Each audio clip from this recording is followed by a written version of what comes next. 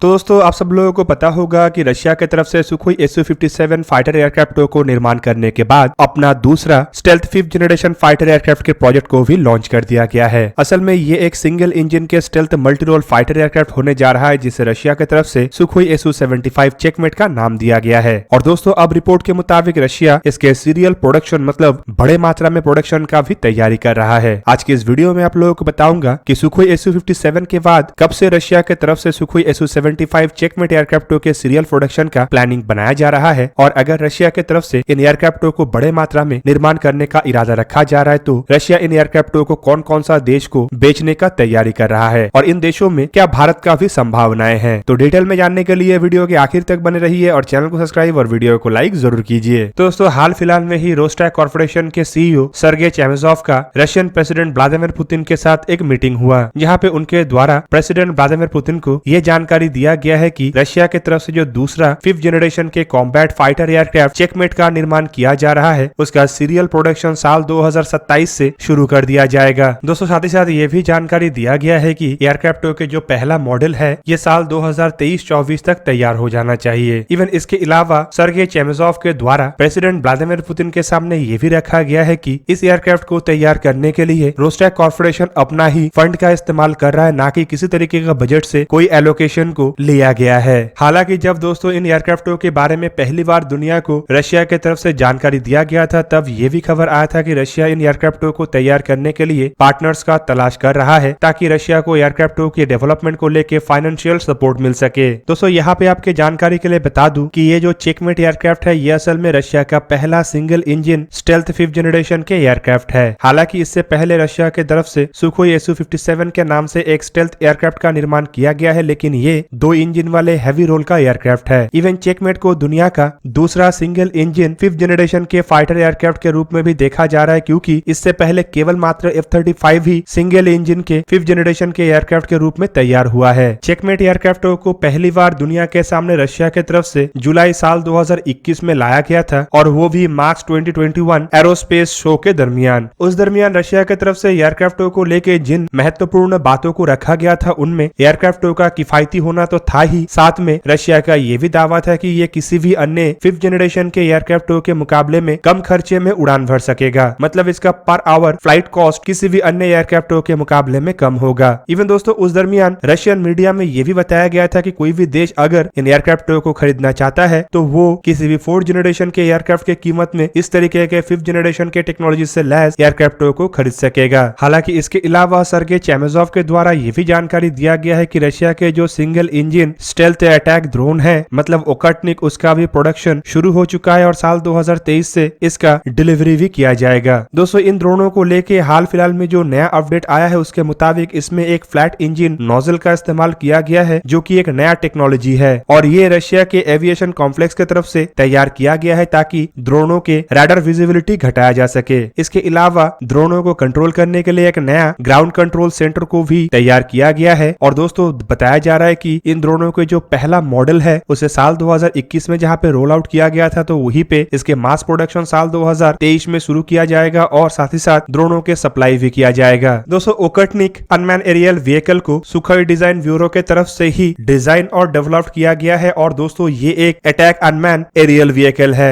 जिसका लंबाई करीबन 14 मीटर, विंग स्पैन करीबन 19 मीटर है, जबकि इसके maximum take off weight 20 ton से भी अधिक है, और ये ड्रोन फ्लाइंग विंग कॉन्सेप्ट मतलब B-2 बॉम्बरों के जैसे बनाया गया है। हालांकि दोस्तों इसके आकार और वजन को देख के आप लोगों को अंदाजा लग गया होगा कि ये लगभग एक स्टेल्थ एयरक्राफ्ट के बराबर का है। अब दोस्तों बड़ा सवाल ये है कि रशिया की तरफ से जब चेकमेट एयरक्राफ्ट को दुनिया के सामने लाया गया था तब रशिया की तरफ से कहा गया था कि ये एयरक्राफ्ट असल में एक्सपोर्ट मार्केट के लिए है। रशिया उन देशों के लिए एयरक्राफ्टों का निर्माण कर रहा है जो 5th जनरेशन के फाइटर एयरक्राफ्टों को खरीदना चाहता है, लेकिन एक्सपोर्ट मार्केट में अवेलेबल ना होने के कारण और काफी अधिक महंगा होने के कारण वो देश इस तरीके के एयरक्राफ्टों को नहीं खरीद पा रहा है। और रशिया की तरफ से अगर साल 2027 में चेकमेट एयरक्राफ्टों के सीरियल प्रोडक्शन शुरू करने का इरादा रखा गया है तो कौन सा देश रशिया से इन एयरक्राफ्टों को खरीदने को लेकर अब तक तैयार हुआ होगा। दोस्तों एयरक्राफ्टों के एक्सपोर्ट के एक्सपेक्टेशन को देखा जाए तो फिलहाल रशिया के हथियारों के एक्सपोर्ट के मार्केट काफी अधिक बड़ा है। रिपोर्ट के मुताबिक रशिया दुनिया का करीबन 20% हथियारों के मार्केट के ऊपर अपना दबदबा रखा है, जिसका लागत करीब $50 बिलियन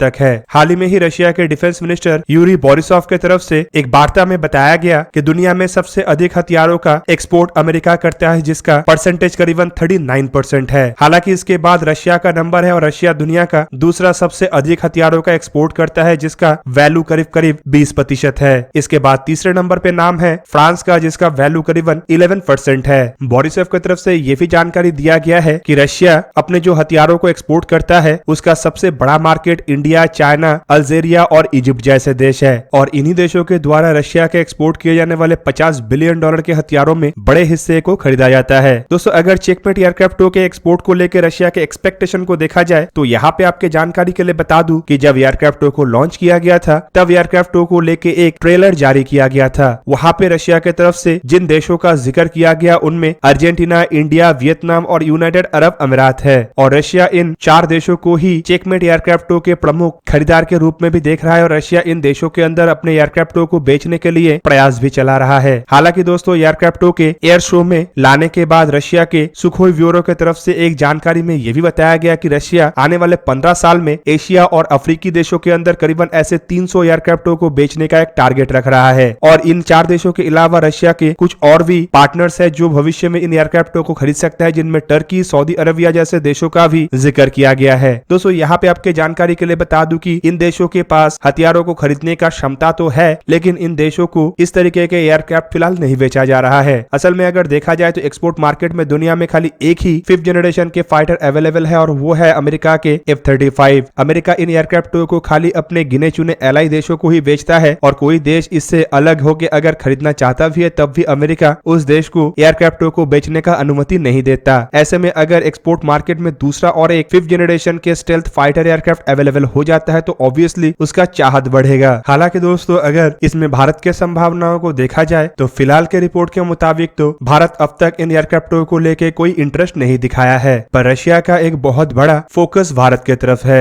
रशिया चाहता है कि इन एयरक्राफ्ट को भारत को एक्सपोर्ट किया जाए और रशिया ये भी चाहता है कि जिस तरीके से रशिया के लगभग हर एक नए एयरक्राफ्ट को सबसे पहले भारत के सामने पेश किया गया है, वैसे ही इन एयरक्राफ्ट को भी पेश किया जाए। भारत के अगर 5th जनरेशन के फाइटर एयरक्राफ्ट के कॉन्सेप्ट को देखा जाए तो भारत पहले रशिया के साथ इस तरीके के एयरक्राफ्ट को डेवलप करने की तरफ आगे तो बढ़ रहा था, लेकिन साल 2018 में भारत इससे अपने आप को दूर कर लिया। दोस्तों, इस प्रोजेक्ट को सुखोई Su-57 के ही तर्ज पे आगे बढ़ाया जा रहा था, जिसे FGFA नाम दिया गया था। और दोस्तों, इस प्रोजेक्ट से विड्रॉल होने के बाद भारत अपने खुद के स्वदेशी 5th जनरेशन के फाइटर एयरक्राफ्ट मतलब AMCA के ऊपर तरजीह अधिक लाया है और अब के रिपोर्ट के मुताबिक भारत अपने बेड़े में कोई विदेशी 5th जनरेशन के फाइटर एयरक्राफ्ट को शामिल करने के जगह अपने स्वदेशी AMCA एयरक्राफ्ट को ही शामिल करना चाहता है। मतलब भारत में फिलहाल इन एयरक्राफ्ट के संभावनाएं तो शून्य है, लेकिन रशिया के प्रयास को देखते हुए ये लग रहा है कि रशिया अलग अलग तरीके के ऑफर के तहत आगे आ सकता है। इवन शायद भारत के सामने एक ऑल्टरनेटिव के रूप में भी इन एयरक्राफ्ट को रशिया की तरफ से ऑफर किया जाए। तो दोस्तों, ये था आज का वीडियो। अगर आपको वीडियो अच्छा लगा तो लाइक कीजिए और मेरे चैनल को सब्सक्राइब कीजिए और साथ में बना हुआ बेल आइकन को भी प्रेस कर दीजिए ताकि आप मेरा वीडियो देख पाए सबसे पहले। जय हिंद।